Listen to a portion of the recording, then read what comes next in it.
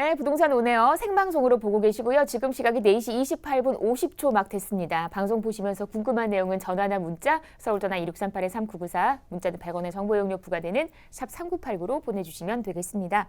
저 이제 2부 넘어왔고요. 2부는 이분과 함께 얘기 나눠보겠습니다. KRC 부동산 경제연구소 김동빈 이사 모셨습니다. 안녕하세요, 이사님. 네, 안녕하세요. 네, KRC 부동산 경제연구소 김동빈 이사입니다.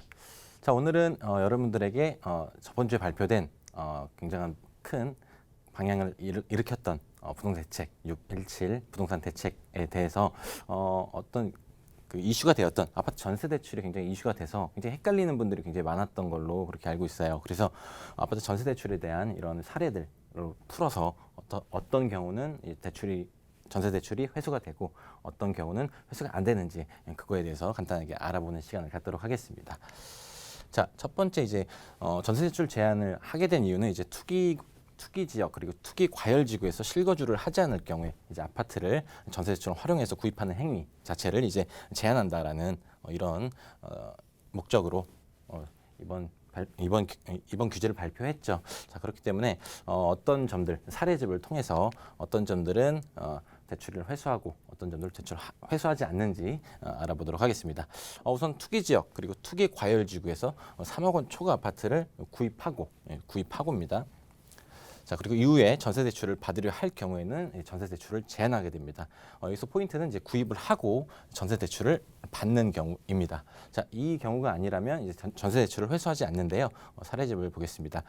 전세 대출을 신청하여 이용 중인 자가 규제 대상 아파트를 구입한 경우에는 전세 대출을 즉시 회수하게 되죠. 여기서 이제 전세 대출을 신청하시고 그리고 이용 중인 자가 규제 대상 아파트를 구입한 경우 이 두 가지 경우가 들어갔기 때문에 전세 대출을 즉시 회수하는 경우입니다.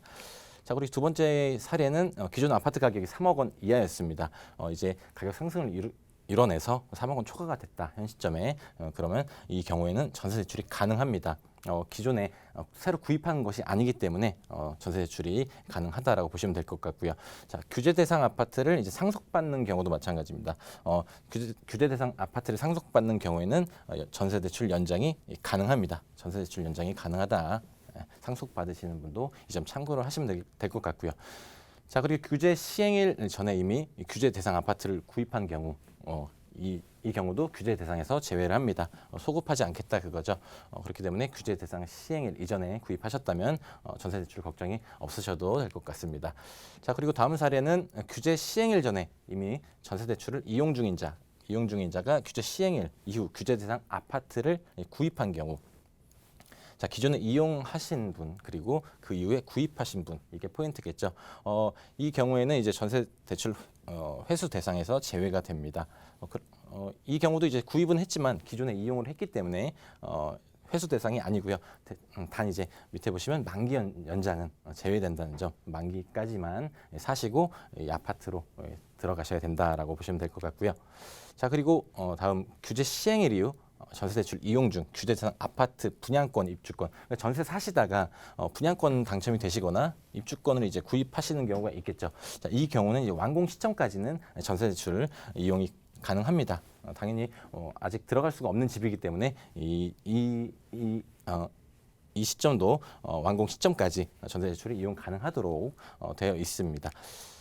자, 그리고 마지막으로 이제 이번 정책 발표는 아파트에 대한 규제라고 보시면 될 것 같아요. 그래서 이제 다세대 주택이라든지 빌라라든지 이런 아파트 외 주택, 오피스텔도 포함이 되겠죠. 이런 부동산들은 규제 대상에서 제외가 됩니다. 그렇기 때문에 아파트만 규제가 된다는 점, 이 점을 또 포인트로 잡아주시면 될 것 같습니다. 자, 이상으로 지금까지 617 규제에서 이제 굉장히 헷갈릴 수 있는 전세 대출에 대해서 좀 알아봤는데요. 이런 대출의 규제들을 꼭 숙지를 좀 하셔서 피해보는 일이 없으시기를 바라겠습니다.